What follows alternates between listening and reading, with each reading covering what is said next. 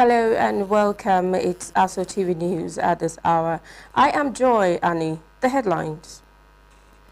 President Tinubu attends National Economic Council Conference as shows of an end of terrorism.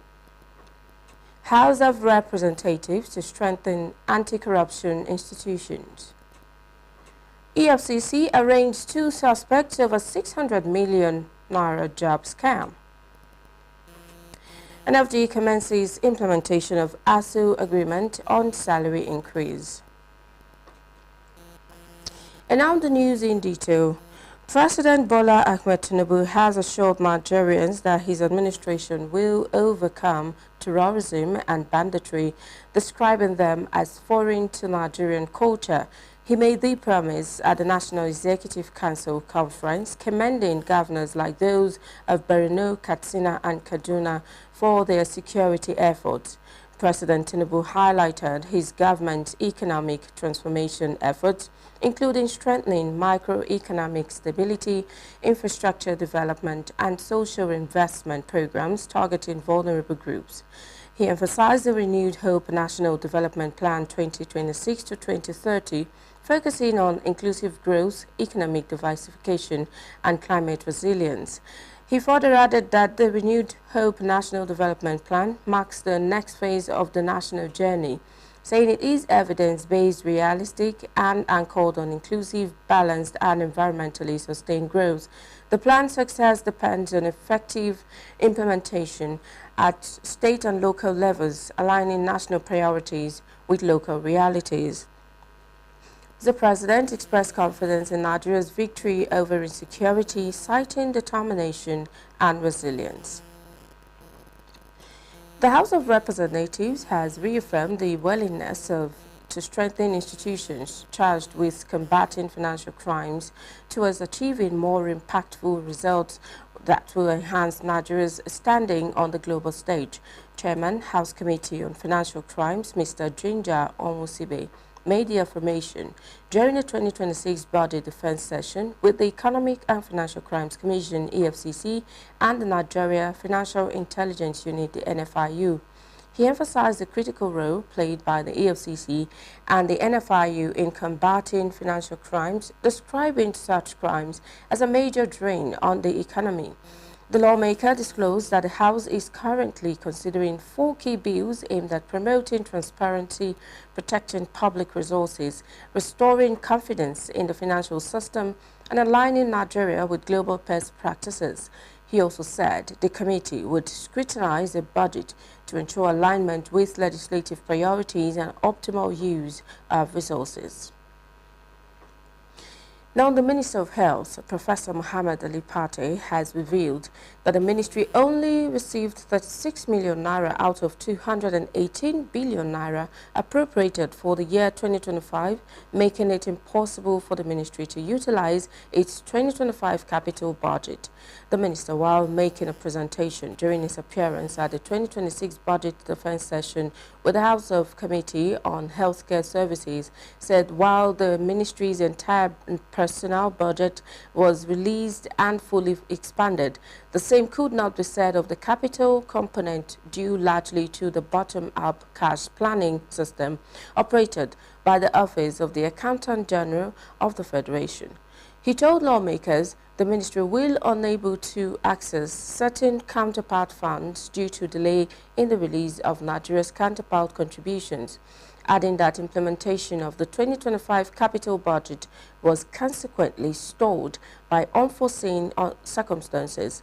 On the 2026 budget proposal, the minister noted it is anchored on the 2016 National Health Policy and guided by the Federal Ministry of Health Strategic Blueprint Initiatives, which serves as key policy instrument for achieving ministerial deliverables and advancing the global agenda of universal health coverage. In his remarks, Chairman of the House of Committee, Mr. Amos Gwamna Magaji, directed the minister to furnish the committee with all relevant documents relating to donor funds received by the ministry and detailed of what the fund were utilized for. Still on the National Assembly, as the legislature concludes consultations and fine-tuned provisions ahead of the 2027 general elections, the Nigeria Union of Journalists, NUJ, urges lawmakers to prioritize measures that will inspire confidence among voters through the institutionalization of clear and enforceable guidelines on the real-time transfer of election outcomes, thereby demonstrating a commitment to credible and peaceful polls. A statement signed by the union's national president, Comrade Al-Hassan Yahya, notes that while Nigeria's democracy continues to evolve, reforms must reflect global best practices, responding to the aspirations of the people. He says strengthening the framework for the management of election results will contribute meaningfully to political stability and deepen citizens' faith in democracy governance. The union maintains that the adoption of technological-driven mechanisms for the prompt relay of polling unit outcomes to designated collation platforms will significantly reduce suspicion, enhance transparency, and limit post-election disputes as a process that is clear, consistent, and technologically supported, strengthen institutional credibility, and reinforce democratic culture. The NUJ president therefore calls on all stakeholders to act in the national interest and ensure that the electoral architecture for forthcoming elections promotes transparency, accountability, and public interest. Away from the National Assembly, the Economic and Financial Crimes Commission, EFCC, has arraigned Gidado Ibrahim before a Federal Capital Territory High Court in Abuja for an alleged 600 million naira job scam involving the Nigerian National Petroleum Corporation, the NNPC. Ibrahim and Halimat Adenike Tejusho at large face 6 counts of fraud, obtaining under false pretense and forgery. They allegedly obtained 603.4 million naira from a woman, promising to secure her appointment as NNPC's Group Managing Director. Ibrahim pleaded not guilty, and the court adjourned the matter to February 17, 2026 for bail application hearing. He was remanded in Kuje Correctional Facility. Now, the District Governor, Rotary International District 9127, Rotarian Joy Okoro, has declared open the District Learning Seminar. Rotarian Joy Okoro said, and she harped on the importance of learning among members while performing the opening ceremony of the seminar in Abuja. Topsy Gimba has that detail. The District Governor, Rotary International District 9127, Rotarian Joy Okoro, said Rotarians serve humanity in the various communities. The need to reawakening their capabilities has become very necessary. When we talk of Rotary Foundation, because maybe you hear thousands of dollars, millions of dollars here and there. That foundation is what has brought Rotary to what it is today. That's Rotary International to what it is today. Without contributing into the foundation, it will be difficult for us to do any impactful projects in our communities, in our country, in the globe, because it's little contributions. For instance, if I do pay $5, which is less than 10,000 naira, every member of my club do that contribution. We can apply for global grants with another Rotary club outside Nigerian shores. Also speaking, the incoming District Governor 9127 Rotarian Shikiru Owonikoko has encouraged members of the Rotary International to embrace the deployment of technology in their service to humanity. To the organization and improve in the area of service as well. For example, if some people, individual like you now, wanted to join Rotary, if technology is deployed, you don't need to come to a physical meeting. You don't need to be present at a location before you can be at a Rotary meeting. So I think it's very important. And you know, like as I said before, we as a Nigerian, as a Rotarian, we need to impart discipline into ourselves, into what we do. You know, when you are disciplined, things around you will be better off. Because, for example, when there's no decorum, that means there's no discipline. So, but when there is discipline, everybody knows what to do at the right time, and things will flow well. And the image you are projecting outside determines what people will say about you when they see the way you operate as an organization. On her part, a member of the Trustee Rotary Foundation, Rotarian Ijeoma Paul, spotlighted the seminar and its importance to the members. So this is the first meeting of all the key holders, the stakeholders that will be carrying on that message in terms of membership development, in terms of foundation, in terms of projects throughout the world. So what you have gathered here are actually what I would call the original stakeholders of District 9127 that have gathered to listen to the district governor, to brainstorm, to look at his plans, to look at the plans of the Rotary International President-elect, who happens to be one of us. A Nigerian and African is going to be president come 1st July. So he has mapped out his plan, and he has asked Rotarians in Nigeria to please look at these plans and chart a way forward, how to help him and the entire Rotary world to achieve the plans he has for the Rotary. So it's a very key meeting. One of the oldest serving members of the Rotary International District 9127, Rotarian Yusuf Ali, who is contributing immensely to the promotion of Rotary International and particularly his district through the use of his media background and being a veteran, was honored at the seminar as members took turn to eulogize him. When we achieve this, your name will be written.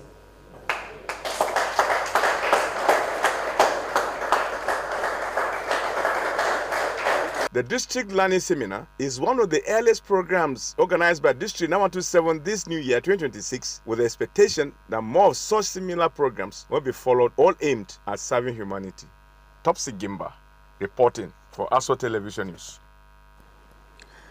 Now, the Rotary Club of Abuja Capital Territory has reaffirmed its unwavering commitment to reducing carbon footprint in the Federal Capital Territory. This was disclosed by the president of the Rotary Club of Abuja Capital Territory during the commissioning and handover ceremony of its STAR project, the electrification and retooling of the Rotary Center and Park in collaboration with the Abuja Electricity Distribution Company.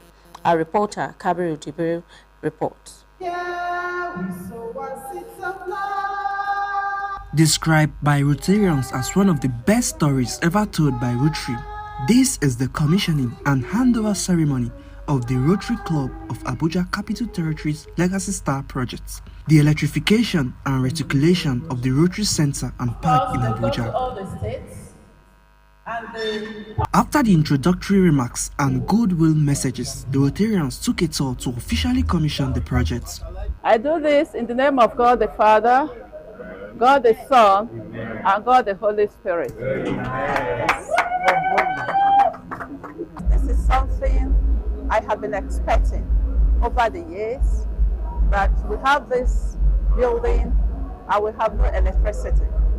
When we want to have an occasion here, we go to get generator, we go to rent generator. For us as a club, we felt that it would be important, since we have the means and the collaboration to take care of this project. And that is what we did.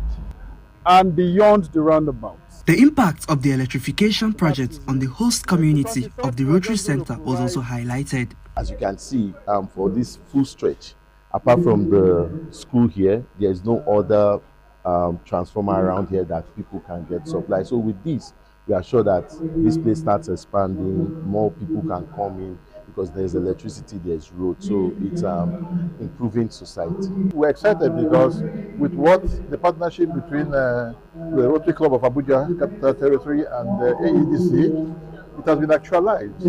And therefore we are highly elected. There will be no dulling moment anymore here. And I believe with that, it will attract many other developmental projects and programs around here. The Rotary Club of Abuja Capital Territory expressed optimism that the electrification project will improve sustainable humanitarian activities at the center. Kabiru Jibril, ASO Television News. Now, over 50 students were beneficiaries of a vocational outreach organized by the Rotary Club of Abuja High Rise at Government Secondary School, Garki, Abuja. The students were trained and enlightened on artificial intelligence and land surveying. Reporter Latifa Tishiakas reports that highlighting that career options are not limited to traditional professions such as medicine, law, and engineering. That will be after the break. To stay with us. Good evening and welcome to the greatest show on earth. This is a people's game. They will be bubbling about this one for weeks and months to come. Let's go! Lights, camera, action. Put your mind to it, live the life that you remember. Don't score.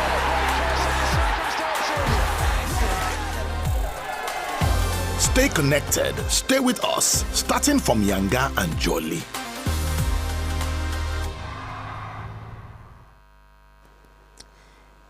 Now, welcome back. You're watching ASO Television News. You can join us on DSTV channel 392, also on StarTimes TV channel 127 and Free TV channel 5L7. We are also on the UHF band on channel 38.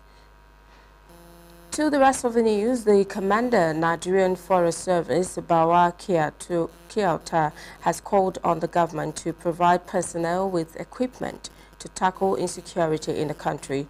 Commander Bawa made the call during a Thanksgiving and invocational service with Archbishop Maji Jonathan in Abuja. Topsy Gimba has the details. The commandant of Nigerian Forestry Security Service is led by Commander Bawa Kiauta. Said forestry security is resilient to protecting the country's forests and to flush out non-state actors using forests as their safe haven. He said the personnel are capable and ready to engage any group in the forest. He appealed to the government to provide them with right equipment to tackle the menace. He appealed to the National Assembly to push for a strong legislation to support their work, which are being governed with armed forces with the three.